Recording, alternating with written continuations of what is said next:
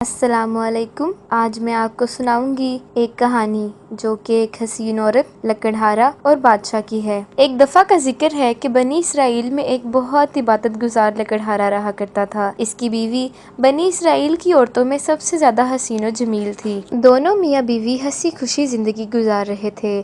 جب اس ملک کے بادشاہ کو لکڑہارے کی بیوی کے حسن و جمال کی خبر ملی تو اس کے دل میں شیطانی خیال آیا اور اس نے تہیہ کر لیا کہ میں اس عورت کو ضرور حاصل کروں گا۔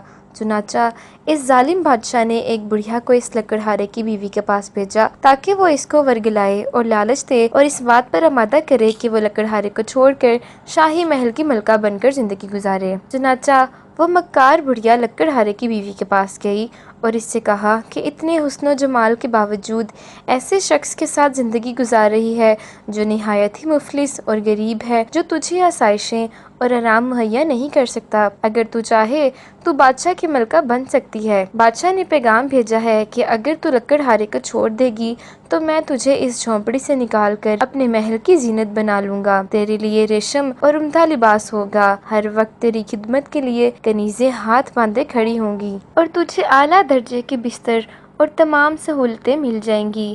بس تو اس غریب لکڑہارے کو چھوڑ کر میرے پاس چلی آ۔ جب اس عورت نے یہ باتیں سنی تو لالچ میں آ گئی۔ چنانچہ اس نے لکڑہارے سے بے رخی اختیار کر لی اور ہر وقت اس سے ناراض رہنے لگی۔ جب اس نیک شخص نے محسوس کیا کہ یہ مجھ سے بے رخی اختیار کر رہی ہے تو اس نے پوچھا، اے اللہ کی بندی، تم نے یہ کیوں اختیار کیا ہے؟ یہ سن کر لالچی عورت نے مزید سخت رویہ اختیار کر لیا اور آخرکار اس نے اس حسین جمیل بے وفا لالچی عورت کو طلاق دے دی اور اس طرح وہ خوشی خوشی بادشاہ کے دربار میں پہنچی۔ بادشاہ اسے دیکھ کر پھولے نہ سمایا۔ اس نے جلد ہی اس سے شادی کر لی۔ پھر جب بادشاہ اپنی نئی دلہن کے پاس حجرہ عروسی میں پہنچا اور پردہ ہٹایا تو یکدم بادشاہ بھی اندھا ہو گیا اور وہ عورت بھی اندھی ہو گئی۔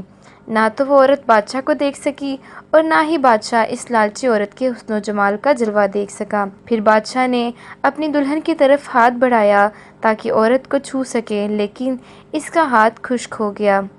جب ان دونوں نے ایک دوسرے سے بات کرنا چاہی تو دونوں ہی گونگے بہرے ہو گئے اور ان کی شہوت بالکل ہی ختم ہو گئی۔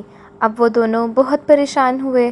صبح جب خدام حاضر خدمت ہوئے تو دیکھا کہ بادشاہ اور اس کی نئی ملکہ دونوں گونگے بہرے اور اندھے ہو چکے ہیں اور ان کے ہاتھ بھی ناکارہ ہو چکے ہیں۔ جب یہ خبر اس دور کے نبی علیہ السلام کو پہنچی تو انہوں نے اللہ کی بارگاہ میں ان کے بارے میں عرض کی تو اللہ عز و جل کی طرف سے ارشاد ہوا، میں ہرگز ان دونوں کو معاف نہیں کروں گا۔ کیا ان دونوں نے یہ گمان کر لیا ہے کہ جو حرکت ان دونوں نے لکڑہارے کے ساتھ کی میں اس سے بے خبر ہوں؟ اے اللہ عز و جل، ہمیں اپنے عذاب سے محفوظ رکھ اور ہمیں دنیا اور عورت کے فتنے سے محفوظ فرما۔ ہماری خطاؤں کو اپنی فضل و کرم سے معاف فرما اور دنیا کی محبت سے بچا۔ آمین۔